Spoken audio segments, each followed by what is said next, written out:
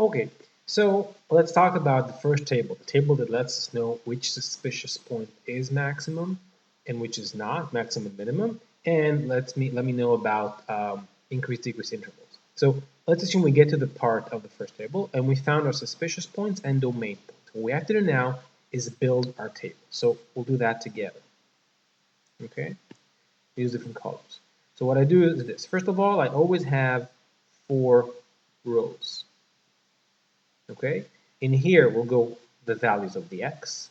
In here, what happens when I plug them into the derivative. In here, I'll find out what happens in the original function. In here, I'll find out if I have maximum or minimum points. Now, the next thing to do is to put in the suspicious and domain points. So first of all, I leave an empty space, and then I put in -2, which is my smallest of the points, empty space 1, empty space 5, empty space. Next, I fill in the empty spaces with numbers which are always bigger than anything to the left and smaller than anything to the right, the easiest numbers I can find. So, for example, in here, I'm going to plug in -3, which is smaller than -2. In here, I'll plug in 0 because it's easy to plug in. And in here, to erase these empty spots, here I'll plug in 2.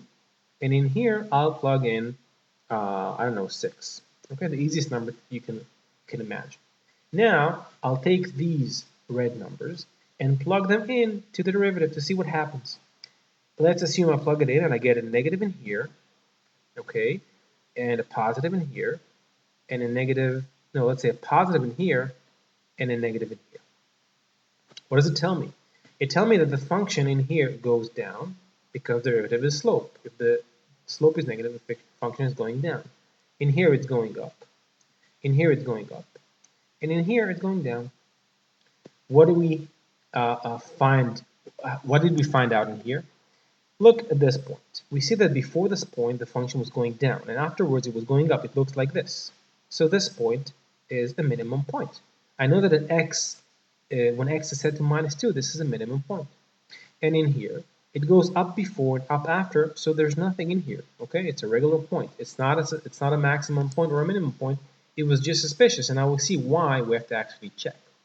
And in here, although I go up before and down after, it's not a suspicious point. It's not an extreme point because this was a domain point. See? So there's nothing in here. So although this is important for increase-decrease interval, there is no extreme point in here.